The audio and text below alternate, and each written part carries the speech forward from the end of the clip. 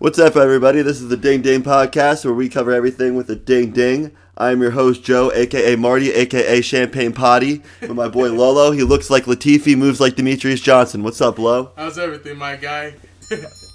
Feeling good, feeling great. So this is the Ding Ding Podcast. This is basically episode 1, our little pilot episode. Oh, no. You know how it goes. I'm your host, Joe, again, with my boy Lolo. And our podcast is basically just going to be about UFC, everything around fighting. We'll do bigger boxing matches, bigger Bellator matches, but we're mainly here to talk about the UFC. Right, Lo? Hell yeah. So this is how the pod's going to go on a normal basis. We'll come in, we'll do some intro bullshit, talk about how our lives are going, whatever. Fucking build some rapport with each other, because, you know, we don't live together or anything. And then we'll go over last week's fights, and then we'll get into some MMA news. And then we'll do fight breakdowns and picks for the upcoming fights of next week. But since we got no fights this week and it's episode 1, we're going to talk a little bit about ourselves. So, Lo, tell me a bit about yourself, how you got into martial arts as a whole, and what got you into the UFC brand. I grew up fucking boxing, fighting, wrestled a little bit. But I just always loved the... High school wrestling? Oh, yeah. Yeah, high school wrestling. Jefferson High School, it's a very reputable school for wrestling in the area of North Jersey. If you live up around here and you're into wrestling, you know that school's name. He wrestled for high school for a little bit, and you did boxing younger or older? Younger into older, but I've always scrapped. You know the deal. Yeah, alright, word. What about you, my man? How'd you get into this the fight world? Basically, I was always into wrestling as a kid, but my mom wouldn't let me fucking wrestle because, I don't know, she had beef with other wrestling moms and wasn't into the singlet and didn't want to go to fucking tournaments all day and shit. So, that was beat. She wanted you potted from the rip. Yeah, I don't know what the hell she wanted me to do. She was okay with football, but not okay with wrestling. Whatever, that doesn't make sense. So then high school, I tried a little boxing because... I'd get rolled around by some of my wrestling friends, and I was like, what the hell? Like, this shit's different. And that's why I was always so into wrestling, because, like, my little friends that I used to bully around when I was younger were able to beat my ass in high school. So, did some boxing, because that was something I had access to. I could just pay on the side, go under my mom's nose a little bit. And then graduated high school, went off the rails for a little, but right when I got my shit together, got my life in order, I joined jiu-jitsu. Trained under a Marcelo Garcia black belt for 2 years, and now I train under Renzo Gracie black belt, George Saranac, and he's been all over. He's Pan Am champ, Naga champ. He is regional champ for Abu Dhabi, I'm pretty sure, and a little kickboxing and all that shit. Come on, boy. You remember the first UFC you ever watched? Fuck yeah. Let's hear it. It was Rampage Jackson, Johns Jones, man. Shit was wild. I thought Rampage was gonna eat him. That was one of John's earlier fights, right? Like one of his first ones. Way early, man. Yeah, that's crazy that he was 20 years old and he was fucking... He was just sweeping through everybody. I couldn't even imagine. When I was 20 years old, dude, I could barely fight someone else that was 20 that didn't know how to fight. Seriously, I was in 8th grade when I watched him. Like, this guy's fucking only 6 years older than me. Yeah. For me, it was... Oddly enough, talking about this week, it was Carlos Condit GSP. It was the first card I ever bought. I remember Johnny Hendricks when he was juiced to the gills on all the steroids in the world. He was flicking people to sleep. And I remember he came over the top, knocked the guy with the left hand, and I liked it because I was a southpaw too, and that shit got me going. And all that shit that he was like undefeated his whole wrestling career, and like, he was doing hundreds of push-ups by the time he was 12 years old. And then Carlos Condit actually gave JSP a little bit of a good fight that week. I got smoked. Because JSP's the goal. Yeah, and then Johnny Hendricks went on to fight him the next couple months later. And that's when I started to get into it because I liked all that build-up. There was a lot of controversy with that Johnny Hendricks fight. Yeah, he might have won. That was the last time he ever got. That shit was crazy. Last time we saw Johnny Hendricks, he got beat up by Paulo Costa. That'll end anybody's career. Yeah. Fuck that. So basically, if you don't know, Johnny Hendricks was a fighter back when we were younger, probably like 2010 was when he was big. Sure. And he's one of those notorious guys that was like, when you saw it at testing agency came into the UFC, that kind of changed a lot, and you saw a lot of guys deflate and lose a lot of what they had. And a younger Vitor. Yeah. So you saw Johnny Hendricks. He used to beat everyone's ass, and he didn't even look that jacked. He could punch someone from far away, put them lights out. And after USADA drug testing came in, Whole he game started to changed. lose hair. The whole game changed. Gained 20 pounds. So yeah, me and Lo, we started this podcast. We're roommates. We've been living together for almost a year now. We've been friends for probably like 6 years. Too long. We've probably watched almost every UFC together for the past 2 years, I'd say. At least everyone this past year. Yeah, 110%. I don't think we missed one. We probably solidified our MMA love when we went to McGregor, Eddie Alvarez, Ooh, UFC 2015 maybe. Yeah, UFC 205. 205. It was the first ever UFC fight in a UFC card put on in New York City because it was illegal up until then. So yeah, that's when it was he became the stacked. champ. Yeah, it was Wonder Boy and Tyron Woodley was that night. Khabib We was saw on the Khabib undercard. that night. We saw Kelvin Gastelum. We saw Jim Miller, Yoel Frankie Romero, Edgar, Yoel Romero. Destroyed Chris Weidman that night. Chris Wyman, Sleepy Night Night. That's Sleepy our boy. Night. That's our boy. And James Vick. I know you're not in the UFC anymore, but James Vick recently cut from the UFC. Fuck yeah. Hell yeah, man. Sleepy guy.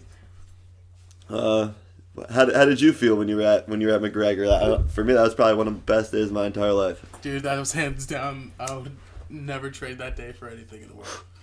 Yeah, for me, other than falling in love with it when I bought that UFC, like when we were there and I felt the energy, when like Conor McGregor was up on the cage with 2 belts and he's like on top of the whole world. Oh yeah, man. And everyone's just chanting and it's just him. It's not like football or basketball where there's like 50 guys or 10 guys. It's one guy in the middle of Madison Square, sold out Madison Square Garden. And I was like, wow, I just want to do something that's involved with this shit. Yeah, I realized that day too. Like, people love that shit. You had guys from fucking Ireland flying in, and They bought tickets like a week before Yeah. to a different country. you're traveling however long to come see your boy fight for 25 minutes. Yeah, I mean, yeah, like we had guys from Iceland to our left, guys from Ireland to our right. We had OBJ a couple rows down, Guy Ritchie, everyone. It was crazy. Nate. Oh yeah, that was the night came up. Conor McGregor called out Nate Diaz, yeah. And we turned around and he was up in a suite putting his arms out like, let's go, bitch. Of course, wearing a black tee. Everyone's dressed to the 9. And you were wearing an Ireland crew neck too. I was Irish that night. Shillelagh. Alright, perfect. So now we're gonna get into some MMA news for y'all. A lot's been going on, like, because it's the turn of the year. The biggest thing I think that we should get on the table to talk about is Disney deciding to move from ESPN and also put on cards on NBC this year. ABC. Yeah. That's gonna be huge. First fight of the year's on ABC. Yeah, this weekend's fights are actually gonna be on ABC, and I think because the whole problem is like guys like my dad and probably people in your family too, like they don't even know how to access, like they don't have a smart TV maybe, they don't know how to access ESPN Plus, and there's really no way for them to watch the fights. You can't even explain it to them, so Yeah, it's hard to be interested in when you don't even know about it. now when we have a bunch of cards on cable this year where you could basically just plug your TV into a cable jack and turn on the channel and watch UFC, it's going to open up a lot because there's people, like I know people that want to watch the fights. Like my dad's asking me and then he's like, oh, I don't want, like it's Saturday night, it's an hour before the fights and he doesn't have time to figure it out. So Yeah, now it's okay. it's just Look at this fight, it's crazy, like second round just ended, you can literally call your boy and say turn on channel 4 or whatever. And then it's on. It's clutch. So that's going to be crazy, I think. I can't wait. That's just gonna be so awesome. And Break the bank. so also I think Leon Edwards and Kazma got rescheduled for March. Is that right? March 13th? March 13th. That's right around your birthday, right? Yes. Word. Somebody's fighting on my birthday. It's a week later. Yeah, so I think it's good for that because, like, they're not giving up on that fight. Like, because usually, like, Khabib and Tony, you know, gets canceled, it doesn't get rescheduled for a year. Like, every time this falls out, it's getting rescheduled for a couple weeks later. So, you know, both these guys are down to fight, I feel like, and it's not like one guy hiding from the other. Yeah. And I think it's, like, really strong by Dana White because so many people are excited about this fight, and to let people down early in the year, I feel like would be a big loss for the UFC. Yeah, I don't think they want to do that. I'm throwing in my bet early. I got Leon. You got Leon Edwards? Stopping this man in his tracks. I mean, I'm not mad at that at all. Even though he has a long layoff, he's way more experienced than Kazmat. I mean, Zat Daddy. Zat Daddy for days, boy. Yeah, I mean, he is a big, athletic, scary man. I mean, I definitely think he could beat a lot of guys in the top 10, but you start to get in that top 5 area, it starts to get dicey. Those guys have been doing it forever. And, yeah, I mean, hopefully, they were saying Kazmat was still having side effects from COVID, right? Yeah, that was crazy, too, because they said Leon got COVID, the same thing. But Leon was fine. Yeah, and that's crazy because, like, all of London is literally on lockdown, and they're like I guess his training partners are coming to practice with COVID or something. Yeah. Yeah, and fucking Dana is also telling us about fights not happening. Don't get excited for John Izzy anytime soon. How do you feel about that? That's what the people want, man.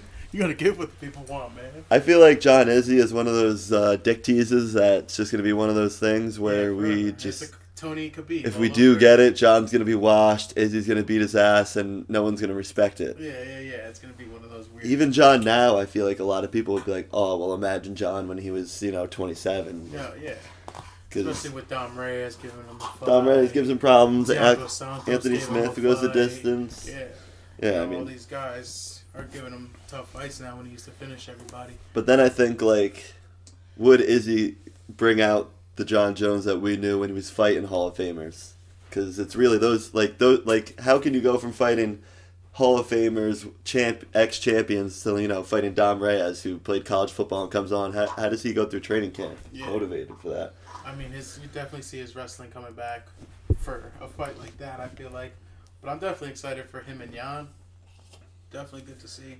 Izzy and Jan, yeah, that'll be a big test because we'll see how he does against a much bigger opponent. Yeah. Because his striking's so accurate, I feel like it won't really matter. But I mean, if John could control the middle of the cage, keep him against the edge of the cage, I feel like he could land some big shots. And I don't know, Izzy probably has never been hit by a guy that big. That big at all. We saw how Izzy got knocked out by a guy in his own weight class. Exactly. I mean, even though that guy hits like a freaking and he's like mountain. Corey Anderson, and he swings pretty hard too. And I think it should be good. It's just much Very bigger. good. Like, what do you think John's cutting down from 235?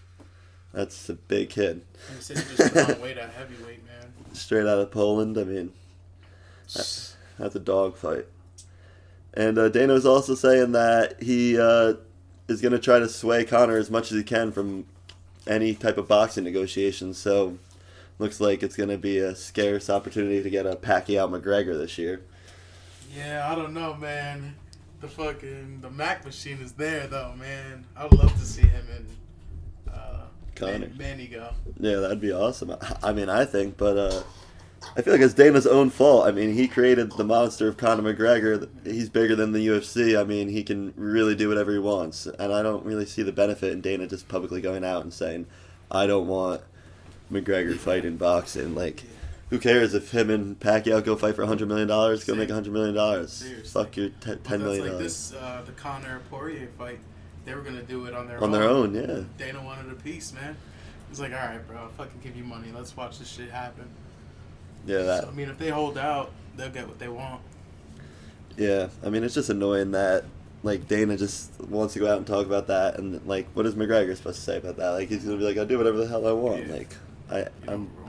kind of shit.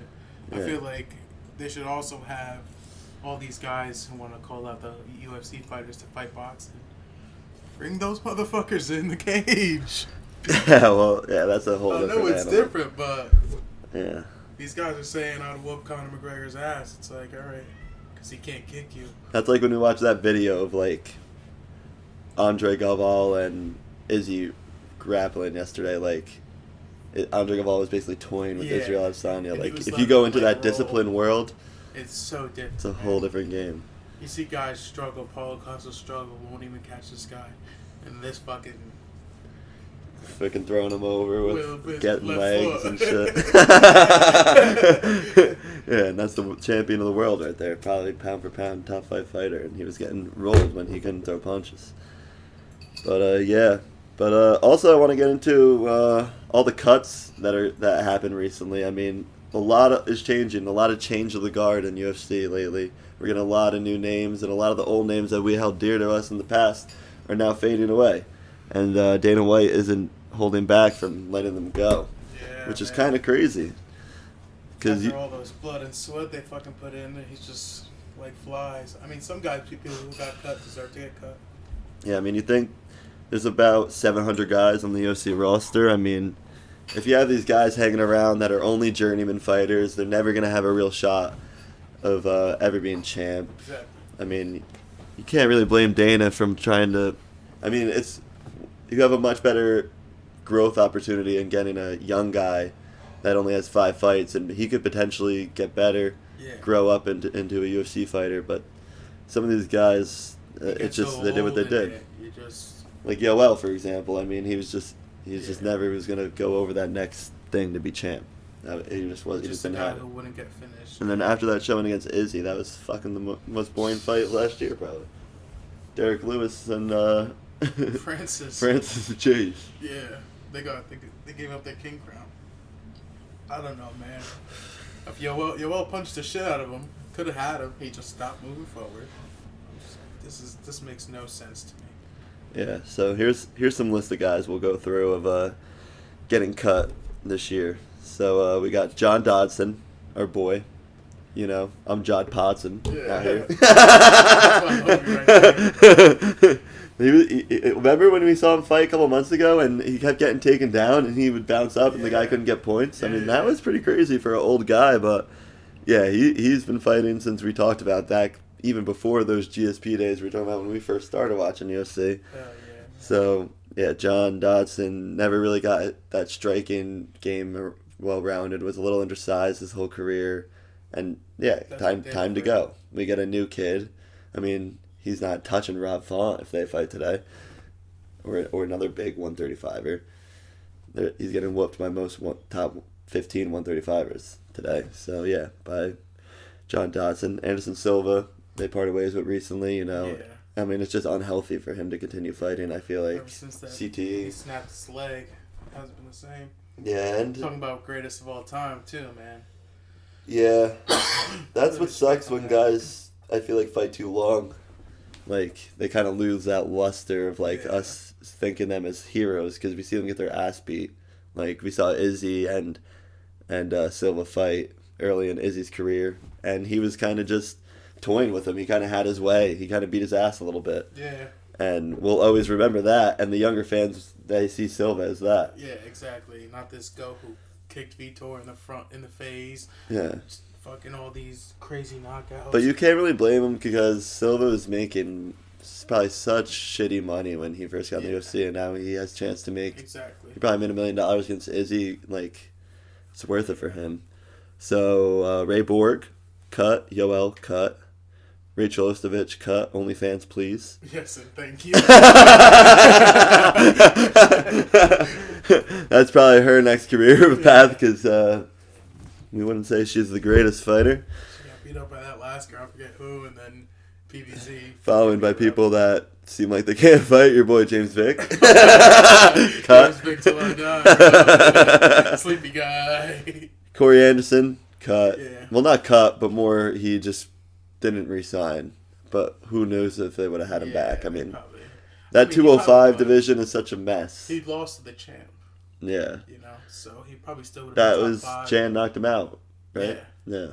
And then he fought Dominic Reyes for the belt, but he just won his Bellator debut. Oh, really? Yeah. I didn't even know about that. Nice. Yeah, I mean, whatever. He was a good fighter, but again, like he's a guy that you could give to those top guys, and he couldn't make it happen. Yeah. And yeah, they say this. Carlos Condit was talking about this could be his last fight. Matt Brown was talking about this could be his last fight. That's an exciting fight, though.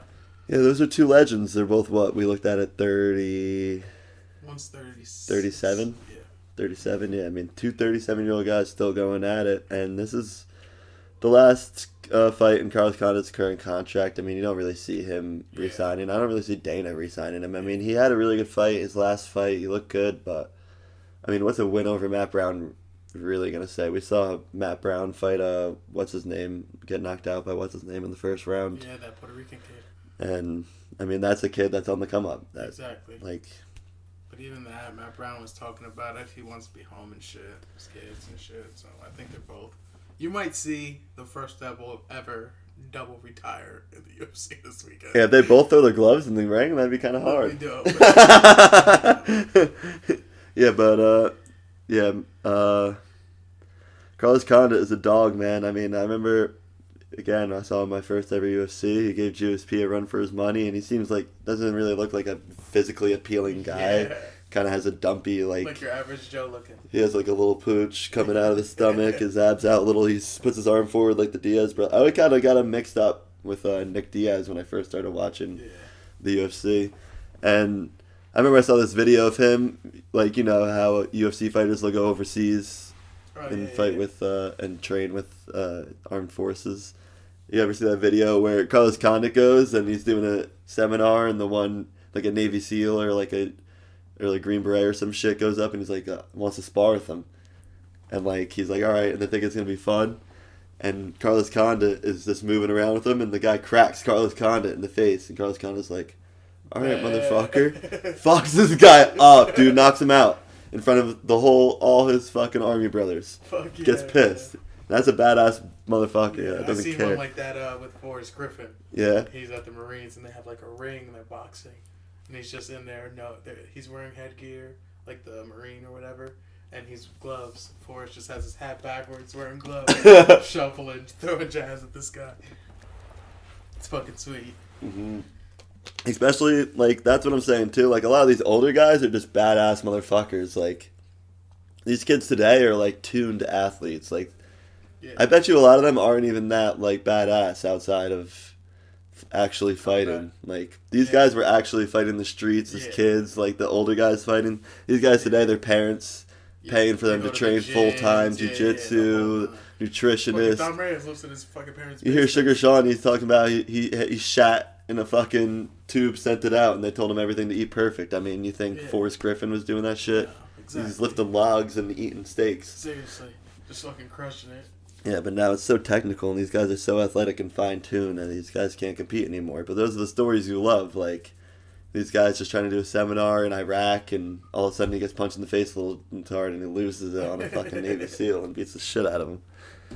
But fuck yeah. And probably the last topic, get into, probably something that's pretty crazy to me, is that they're really pushing for open scoring for each round in the UFC. How do you feel about that? I'm fucking big on that, man. I think that would be key to a lot of these close decisions, a lot of these split decisions. I think if you hand in the cards every round, like, you can't change it at the end. You can't fucking, like, at the end I feel like you don't want the third round to dictate who wins. Exactly. You want it to be more round by round. But I feel like you could still dictate it before you give in the cards, or you don't really remember the first round, you know? You're like, this, that, second round, all right, third round. And then you like somebody more at the end, or they're more humble, they throw their hands up. You could change it and just make sure they win in your eyes, you know? Okay, yeah. I like, that makes sense. That's the definitely upside. I don't like that. It would probably really be a detriment for grapplers in third rounds. Yeah. Because let's say it's a striker knows he's up 2-1 or 2-0 going, or whatever, 1-1. He's up, whatever, going into the third round. He knows all I have to do is stay away from this guy, and I win. And it's going to make for, I feel like, so many boring third rounds if they see that they're up. And then it's like, all I have to do is stay away from this guy, not get outpointed. Well, maybe they won't announce it, you know, they'll just hand him in to a fourth member, and they'll read him off, I feel like. I don't think they'll announce, like, oh, this guy's winning this round. Or at least announce it to maybe just on, like... But even if you announce it on social media, then it's still like the coach could have it in the corner and be looking. They can't. I don't think they can look at phones. Yeah, I guess. And with no crowds, like no one from the crowd could yell it out. I feel like that'd be the only downside is like if you knew you were up. But also, if you're a good coach, you should tell your fighter that they're losing and they need to go out. A lot of times those guys are a little delusional though. Yeah. They're only seeing the good things that their guy's doing, and they're thinking that maybe because you get punched in the But face. there's some coaches that always say, "Oh, you're winning," just to keep going on that drive. You know times though where you've sparred where you've been punched in the face hard 5 times and you punch the other guy really hard, and in your mind you think that, oh, I'm winning, I'm hurting him more, but he really outpointed you there. Exactly. So it's hard to really conceptualize that. And the other thing is, one of my favorite parts about UFC is like when it's a super close fight and you don't know and they're both holding them there and no one has any idea except for the judges who won. Exactly. Like, it takes that away too if you kind of know, like, going in. But yeah, I don't know. It's hard because the judging sucks. We use boxing judging for MMA fighting. It makes no sense. You have people that never even trained grappling or never even trained Muay Thai or kickboxing judging grappling. I mean, how could a boxer judge jiu-jitsu? Like, if you don't even know what a guard pass is, you don't know what's a sweep, what's not a sweep. Because you could throw a guy over you, and it's not a sweep, technically. Yeah. Which would be nothing. And control time, like, that's all subjective. I don't know. It's. I think it'll work, though. Or just come up with your own scoring system where it's like different categories, like score. That's just the easiest scoring system. It's so hard to come up with a new scoring system when you're so used to one. You know, 9 rounds is what it should be. Yeah, and it would like fuck up like record books and shit if they made a new scoring system. It'd be hard to judge who's. I think scoring needs to be more in depth of the fight. Yeah, a cool way I heard is like they would the UFC would reach out to all different gyms, and then like gym people could sign up their social medias, and everybody could vote on the rounds that like a reputable like martial artist. Yeah. And then like it averages out, and then like that's like an extra judge. Yeah. That's pretty cool. It's tough, man. Like Demetrius and Henry Cejudo too. Yeah, that's all subjective. You have no idea. I thought Demetrius won that fight. Yeah, it's like how much do you weigh those like double legs that he was hitting? He was getting the control time. He was rolling out of him, and it's like. That's a really hard fight to judge. I get that they're takedowns. Especially at 125, because when you watch a 125 guy punch a guy in the face, it's not that impressive. Yeah. He's Mighty Mouse, alright? Even though he did KO Cejudo the first time. I'm just being honest. But alright, let's get into talking about these fights this weekend. So, you pumped for these fights? First card of the year, baby. We're so fucking spoiled getting fights every week that now we haven't had fights for 3 weeks. I'm itching. Fight deprived. I'm itching, and we got hard fights coming up. We got Saturday 3 in the next week, right? Yeah. So we'll probably have to do like a quick. We'll probably have to do a Monday or Tuesday episode and a Friday episode next week. Yeah, maybe we'll drop Sunday, Monday. Well, or we'll do Tuesday, and we'll have to predict Wednesday and Saturday in the same episode. Yeah, I don't know. We shouldn't be doing fucking production on the pod anyway. Sorry. But episode 1, you know? So, fight 1 tomorrow. We got Punahil Sereno versus Dursko Tordanik. So, it's a middleweight fight. Sereno's plus 135, 7-0. 4 knockouts, 2 submissions. Hawaiian kid. Tordanik, a Serbian kid, 10-0, never lost. 6 knockouts, 3 subs. It's the boy. It's hard for us to judge like these earlier fights because we fucking don't know. It's hard to keep track of 700 guys. I mean, especially these guys that are a 7-0 guy. So we got to look more into we've looked more into what they did on the lower ranks and shit because we don't really know them as fighters. So both Contender Series fighters. Sereno fights at Extreme Couture in Vegas. Trains with Randy Couture, Ryan Bader. He used to fight heavyweight. They said he fought his Contender Series fight at 240, and now he's fighting 185. That's fucking wild. He's on his Jared Cannonier shit. Yeah, I mean, you do see that some of these heavyweights have pretty dumpy bodies. Yeah. So, shout out to this guy getting in shape, but definitely weird to just be going from that heavyweight style to a middleweight style where it's a lot more athletic guys, a lot more wrestling. They can wrestle a little more. Because the bigger you get, the less they can wrestle. Yeah. And 185, because way more technical. And who even knows if he got that wind for 185er yet? But it says he has a big wrestling background and he loves to brawl. But who knows? This Tortorina guy is supposed to be the real deal. Apparently, he beat Alex Pereira's ass in Cage Warrior for the belt. Yeah, he did. He was a 2 belt holder on Cage Warrior. He's a BJJ black belt, Taekwondo black belt, kickboxer. He's like a seasoned guy. Like I was reading that he was like a world like a nationally renowned Serbian grappler and all this shit. So I don't know. When you have this guy jumping around weight classes 7-0, I feel like you got to go with the more experienced guy, way more technical, been fighting his whole life. Has a win against a successful UFC fighter currently.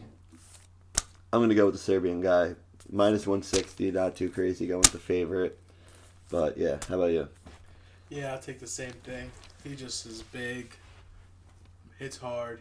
You could see in the video, man. He just goes for it. Yeah, I mean, we were watching this Puna Heel guys, the Sereno kids fights, and he wasn't really doing anything impressive. I mean, he was getting the guys to the ground and kind of using knee on belly, ground and pound. But, I mean, like a BJJ black belt isn't like he's going to be pinned up against the cage on knee on belly. He's going to roll to the stomach or try to wrestle up or something. And, yeah, so that's what we got on that fight. I don't know who. We'll find out a lot about them on Saturday, and the whole world will find out a lot about them when they're fighting on national television. So that's great for them. Then we got another middleweight fight. Our famous, probably one of the most famous guys in the UFC, based on social media, Jaqueen Buckley versus KO of the year, Alicio Chirico. Your boy. So, yeah, Jaqueen Buckley, he did win KO of the year with that. I'm sure. Wow, yeah. MMA junkie did. So if you don't know Jaqueen Buckley, you definitely have seen him before. He's that guy that got his foot caught in the MMA fight, spun around, kicked the guy in the face, and knocked him out. No one probably ever even thought of that or thought that was possible until that moment, and it went viral. Kanye West, like a backward switch kick. Kanye West made a song about it, right? Yeah. Like, I mean, yeah, this guy went to the stratosphere. Dana White was dumping money on him, bonuses, and yeah, I mean, it's basically. I think this is. I mean, we both talked about this before. Yeah, that we think it's a money grab putting him on this card because it's going to attract a lot of people that just know him from the viral video. They're probably going to promote the shit out of that. Like, oh, come watch this guy, show the highlight, repeat him, doof, doof, doof, doof, bouncing his foot off the guy's face. Knockout of the year. Coming off a knockout of the year. Just hear John Anik fucking spitting them bars. Ha!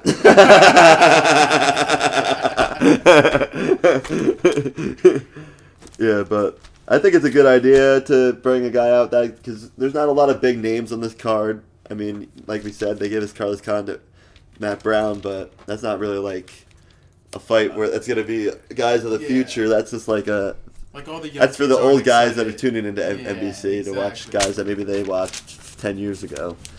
But like I'm pumped for that fight, but I know a couple kids who don't even know who those guys are who like UFC. yeah, and I mean. It's his third fight in the last 4 months, so this guy's been out here. Active. He got that spinning knockout, and then he had another fight in November, which he finished the guy again. First round. And now this is going to be his third fight. And unfortunately for him, Dana White played his cards right. And his opponent, this guy, Alicio De Chirico, he's plus 220 on the line. He's 12-5. This is only his third fight in the past 2 years. So slow for him. you have a guy having his third fight in 4 months, the guy having his third fight in 2 years. Big advantage, I think, for the guy that's more consistent. He got the competitive edge, you know? He did win one of those weird Ultimate Fighter seasons where they had like international American season 27 Ultimate Fighter champion. Oh, yeah. Which is crazy. I mean, winning the Ultimate Fighter, I don't know if that's as important as it used to be, but still cool. When Nate did it. Yeah, it's still cool. And, yeah, apparently he was like an Italian, this kid's Italian, he's from Rome, and he was an Italian football player, apparently a linebacker. So, I mean, if you're not a seasoned veteran fighter, I don't think you're fucking around with Jaqueen Buckley. I think you're probably going to get rolled on if you were a football player most of your life. And not even the NFL. He played Italian American football. Yeah. That's probably like how we view soccer. Like, we don't even know the game's on. Like a fucking rugby game over there. Yeah. But, yeah, I say, I mean, not a crazy pick by us. Jaqueen Buckley's minus 270, but I'm going to go with the superstar Jaqueen Buckley building his name on national television, building that name up. I mean, both these guys got knocked out by Kevin Holland, so. That guy's a fucking real deal. But, yeah, that guy's has definitely moved to the next level above these guys. So, boom. Now we get on to the welterweights, baby. My favorite division. Maybe 155. What's your favorite division, 55 or 70? I know it's one of those two. My favorite division is probably 170. Yeah, I don't know. I'm a big Leon Edwards guy. I love Darren Till. I was a big Tyron Woodley guy. It's Robbie like Lawler. Connor, Poirier, Gaethje, Khabib, Charles Oliveira, Tony Ferguson. Yeah. I mean, those are my dudes. Mike Perry, James Vick. Nah, he's 70, I think. That's your Fuck, man. Whenever one of us goes to sleep and when we're like hanging out, we call each other either Chris Weidman or James Vick because they get knocked out a lot. Dude, when James Vick got knocked out from the up kick was the fucking crazy shit. Oh my god, yeah, you gotta get cut after that. Especially like Gaethje slept him bad. Yeah. He got slept bad with the out kick, and then he got slept bad 3 fights in a row, I think. Yeah, Like, literally. and then he has terrible problems, I heard, making weight all the time. Yeah. And definitely, if you get knocked out that bad at 170, you're getting knocked out at 185. Hands down. So, alright, sorry, James Vick. We'll stop trashing you. That's still my boy. I just get if you want to be on the when I pod, go hit to us sleep. up. We could use it. We could use you. Don't fall asleep though. Alright, so welterweight, our third fight. We got Santiago Panzabillo Oh yeah. versus Lee Jengalang. You see that? Sleigh bells jingling. That's the boy right there. Jingalang, I don't know. I've probably watched 2 of his fights. I don't even really know if he's that good at fighting, but I love his name. But Panzabillo, 28-3. I mean, that record speaks for itself. He's minus 300 on the card. He beat good talent too. Oh my God, I yeah. don't know what he hurt. I forget what he hurt. He just took off for like 2 years. 2-year layoff. Yeah, he's had. That might be a thing too, though. Yeah, he's won 7 in a row though. Yeah. So, I mean, definitely prepares well. American Top Team guy. We love American Top Team. Yeah, those ATT boys are built different. He's been public about bitching about the rankings, but I don't know. If you only fight 3 times in 2 years or whatever, I feel like you don't really deserve a top 10 spot. You'd probably be, I'll say maybe break the top 15. But I mean, he's on a 7-fight win streak. If he could string together this Jingalang win on national television, maybe get one more fight and then maybe a top 5 fight, then you have on a 10-fight win streak, and you've built a consistent name of fighting consistently. Yeah. I mean, he beat Neil Magny, Gunnar Nelson, Mike Perry in his last couple fights. Yeah. Some reputable names right there. I mean, when he left, though, it wasn't this stacked. He's coming back to motherfuckers up there. Yeah, Neil Magny's definitely on a whole nother level with his game, I'd say. He'll be And fighting next Wednesday. Neil Magny? Yeah. Oh, he's the main event now, right? Yeah. Against who? Michael Chiesa. Michael Chiesa. Wow. Yeah, I love Michael Chiesa. You know, I got to just ride with the BJJ boys. So I'm going Chiesa all day. But Neil Magny's a scary kickboxer. Yeah, he just beat up Robbie. Yeah, I mean, yeah. Chiesa coming off a Condit submission. I don't know. Maybe he's fought since then, but I don't know either. he's mainly been on commentating with Megan O'Leary, it seems like. I do bad things for that. Yeah. Then we got Jingalang plus Lee Jingalang plus 240. I mean, he's an on and off fighter. He'll win a couple, he'll lose one, he'll win one, he'll lose one. Yeah. He's one of these guys. I mean, when you're an inconsistent fighter, you're a younger guy. You got this guy dialed in fighting at ATT. He's saying that he's healthy. He's fired up, mad about the rankings. I mean, minus 300. I'm going Santiago, obviously. Maybe in the first round. Yeah, it could be. Hungry. It could be a short day for Jingalang. I feel like a lot of these younger guys that are, I mean, this guy's not really as young as, The young guys. what's our boy's name? Jaqueen Buckley. But I feel like they're really taking advantage of this national television thing and trying to get some names of guys they know that could blow up and be title contenders fights this weekend and giving them kind of, not walkthrough fights, but definitely fights that they're most likely going to be able to put on performance if they train right. To win, get the viewer's eye to see the knockout. And this is in Vegas or Abu Dhabi? Abu Dhabi. That's why it's on at 5 o'clock. Makes sense. Yeah. So then we got next fight, it's the co-main, right? Condit, Matt Brown. Oh yeah, that's our pick-up fight right there. Yeah, co-main event. Probably go with Carlos Condit, Matt Brown, and it's not 2010, baby. We live in 2021. Yes, sir. Yeah, we got no Cody, no love. So, I mean, Carlos Condit, he's had a great career. He's been kind of a journeyman. He's beat the shit out of a lot of guys. He's gotten the shit kicked out of him by a lot of guys. He had a dogfight, world title fight with Robbie Lawler a couple of years ago, where Robbie was able to finish him off, but that's one of the most famous things where they're both bloody to the gills. They're both throwing their arms up at the end. That's one of Robbie Lawler's most famous moments ever. And, he fought GSP. He was the interim champ, I think, when GSP was hurt, and that was the whole thing. His comeback story was that. He fought Nate Diaz.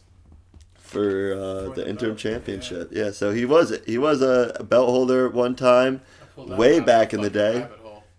Yeah, that's crazy, man. Yeah, that's why we got you around here, man. That was the only time they could have, because they never won a world title, neither of them, and that was their closest time. Yeah, and I think both of them would have got beaten up by George St. Pierre, probably regardless, right? I don't know. Nate's my favorite fighter of all time. So, yeah, Nate, I love you. If you want to be on the podcast, hit us up. That motherfucker bang. That's a callback. So, I don't know. I mean, he's had a great career. I guess a lot of people are going to tune in just because he's a journeyman name. He's been fighting this whole time. Everybody knows Carlos Condit. We love him. Yeah. I mean, sadly, he's only won 3 of his last 11 fights. But, I mean, 2 of them were title fights. And, he's been having trouble on the ground. Luckily, Travis Brown is not known for his grappling. Yeah, Matt Brown. Matt Brown, yeah. He's not known for his grappling. Carlos Condit's been submitted 3 of his last 5 fights. Alex Oliveira, Michael Chiesa, Damian Maia, 3 of the best grapplers in the world. You can't really blame him. Yeah. But Damian Maia's all world. Yeah, I mean, obviously Carlos Condit's mainly just looks like he's been kickboxing the past couple of years. But he looked really good against Court McGee. He handled him. He got that dub. Got that dub. Put on a good show. Had some really good strikes. I mean, for some reason, when I think of Carlos Condit in my head, I think of him as a 55er. I think of Matt Brown being such a bigger man, but yeah, me too. We saw the way Matt Brown got viciously knocked out his last fight. Yeah. So who knows? And that was not that long ago. That was not that long ago. Bias, whatever it is. Who knows how they're gonna come back from that? Because when you get knocked out like that against a young guy, and you're already talking about it possibly being your last fight, I mean, it's not the same. You're not having that same camp. It's more of like a farewell camp. It's a lot of emotions. So I don't know. Said, man, don't be surprised if they both throw their gloves in the ring. Don't be surprised. You heard it. You heard it from Low. Heard it here first. But yeah, Baeza was the kid, right? Yeah. Baeza. Right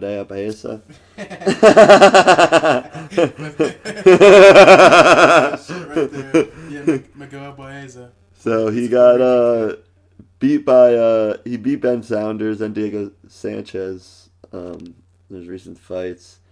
He lost to Jake Ellenberger, Cowboy Cerrone recently. I mean, both of those are good guys. Yeah. But plus 145, if you're going to take an underdog, that's the underdog to take. It's 2 old guys going at it. You don't know who's going to get clipped by in the ear and go to fucking sleep. Sleepy night, boys. So, yeah, I'm going to go with...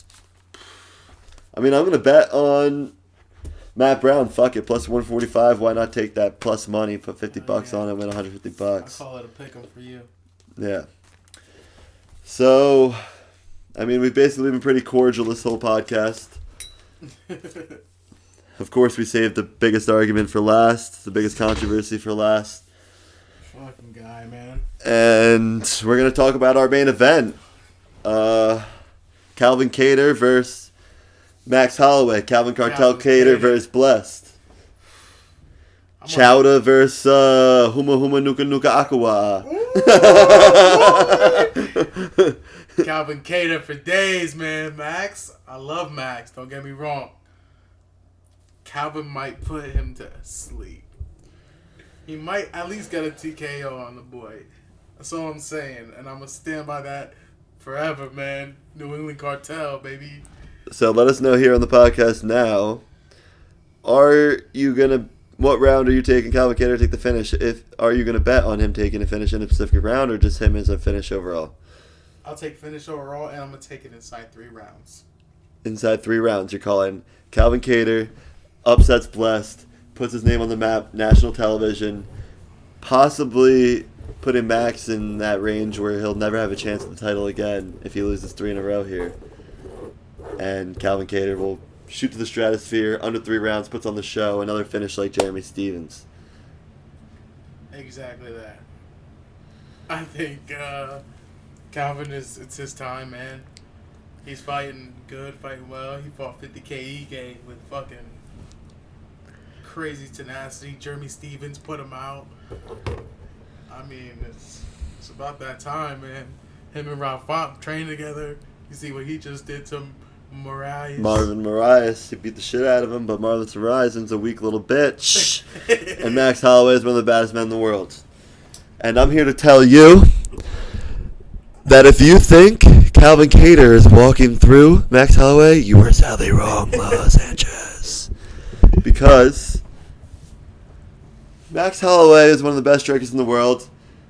Fought a more versatile Volkanovski, a more well-rounded Volkanovski than Calvin Kattar. We possibly saw the best Max Holloway we ever saw in Max Holloway's last fight. Possibly the best Max Holloway ever saw was shown to his last fight. I think he beat Volkanovski. I think he got robbed. I thought so too. I think he got robbed. And what I'm going to tell you that might sway your mind a little bit is if you don't remember, about 1.5 years ago, no one felt like fighting at 155 for some reason. So our boy Maxi Max Bless says, oh, I'll go fight Dustin Poirier up there. A huge motherfucker, probably way bigger than any 145er. Goes to a 5-round dog war with him. Eventually, the size ended up being a factor deep into the rounds, and Poirier was able to pull it out by a smither. A much bigger man, an equally skilled man at the next weight class. And you're telling me Calvin Kattar is going to go in there and bully him when he has 4 fights outside the UFC, 4 fights in the UFC, and you're saying that's how it's going to end? I'm telling you, man, this Boston kid is not to be fucked with, man. That is where I'm rolling with Calvin. We are from the East Coast. We're from the Tri-State, which is basically the 2.0 version of New England. Yeah. But we love New England as well. We're not like staunch New York fans. None of us are fans of New York teams, I don't think, even though we're from New Jersey. So we love Boston, guys. We love the town. We love fucking. We love Chowda. We love Ted. We love Chowda. We love Mark Wahlberg. Whatever you want. We love Mark Wahlberg, Ben Affleck. Fucking Boston Tea Party. All of it. So, I mean, yeah. I mean, if the one guy's hanging out on the beach surfing and one guy's waking up in the freezing cold going for runs at 5:30 in the morning, working out in a factory in downtown Boston, that's that shit I love. That's the shit that makes you go. That's the shit that makes you rise to the top. I love Calvin Kattar. He's a dog. I just hope it's not too much too soon. Yeah, I hope not either, man. You see a lot of guys take these big fights early, ruin their careers, sit back. I even thought Cheeto was too much for Sean O'Malley, you know?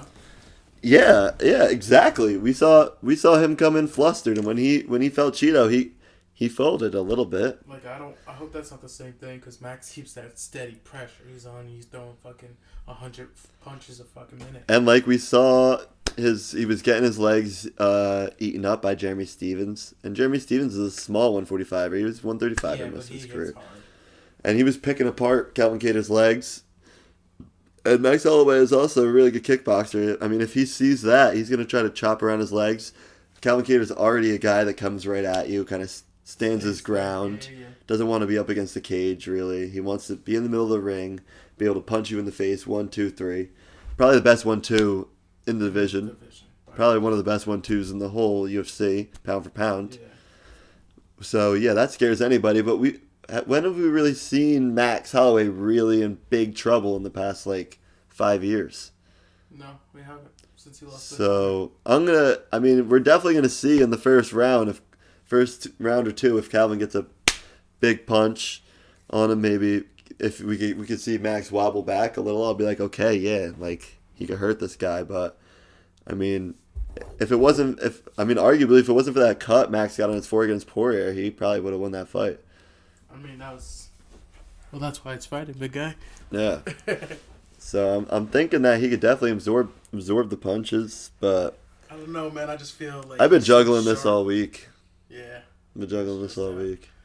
I was just fully in once he fought 50K Ige. I was like, all right, I'm sold. Yeah. It's just how do you prepare for a Max Holloway when the best guy you fought was 50K Ige? It's that's the next level. I mean, he fought Zabit in a split decision. Yeah, and his whole argument was that if he had 5 rounds, he would. So apparently he knows he could go deep into the rounds. We know Max is down to go deep in the rounds. He went 5 rounds with Volkanovski twice. Finished Ortega in going into the 5th. Yeah. Finished Ortega. Ortega just has absorbing punches like a punching bag. Slept Jose Aldo twice. Slept Jose Aldo twice at 45. I mean, I'm thinking we get a 5-round battle. Yeah. I'd like to see it go in my boy's favor, but I love Maxie's boo, so. Sadly, leg kicks are a big part of the UFC, and Max Holloway's definitely going to eat away at his legs, and it's going to be... This is what I'm going to say. I feel like Max doesn't...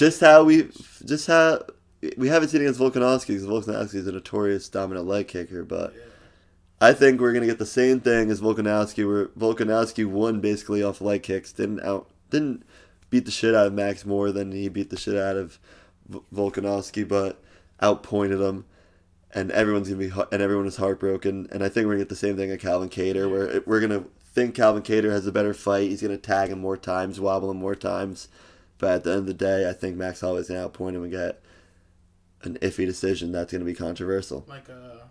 Basically Volkanovski Max, only the other way around. And Max is Calvin Kattar. That'd be tough to see, man. I mean, yeah, that'd be tough to see. I definitely would feel worse for Calvin Kattar, because Max Holloway's set for life. He's rich as fuck. He's got a beautiful family, one of the most famous guys in the UFC. Yeah. He's going to be straight and be able to make money and survive for the rest of his life if he wins this fight or not. Calvin Kattar is a guy came from nothing, and he's trying to make a name for himself. He's a dog from just up the road from us, and I'm cheering for him. Let's go. But if I was a betting man, I would take Max Holloway decision. What are the odds on that fight? Do you know? Look it up real quick. So as he's looking that up, I'm gonna wrap up the pod here. That was a great first episode. I mean, that went way better than I expected. I kind of had those first round jitters when I was coming into the pod, but I think we definitely got more cozy throughout it. Yeah. Insert sponsor here so we could thank you. And yeah, thanks for everyone listening. I guess this will be probably on whatever DSPs we can figure out. Max is minus 160. What's Calvin? Calvin's plus 135. Calvin's plus 135. I'll take that Calvin all day, man. Yeah, like I said, with the Matt Brown plus 145, I mean, it's a great dog. Those are good odds. I mean, but if they want you to put money on the dog, I mean, that's the thing. But yeah, screw it. But yeah, we're gonna hopefully try to record basically on Tuesday or Wednesday. We haven't decided yet, but the episode will be out by Thursday every single week. And like we said, we're gonna be doing fights from the past week reaction, go over the picks we had, see how off we were, how on we were, do our current events in the MMA world, do our fight predictions, And, yeah, hopefully we get this going. Fighting is on national TV now. Fuck yeah. Fuck yeah. Any last words, Lolo? No way, man. First episode is in the books. I'm fucking excited. I'm pumped. That shit was hardcore. I'm ready to go. Let's do it, baby. All right, baby. This was the Ding Ding Podcast. We're out. Ding, ding.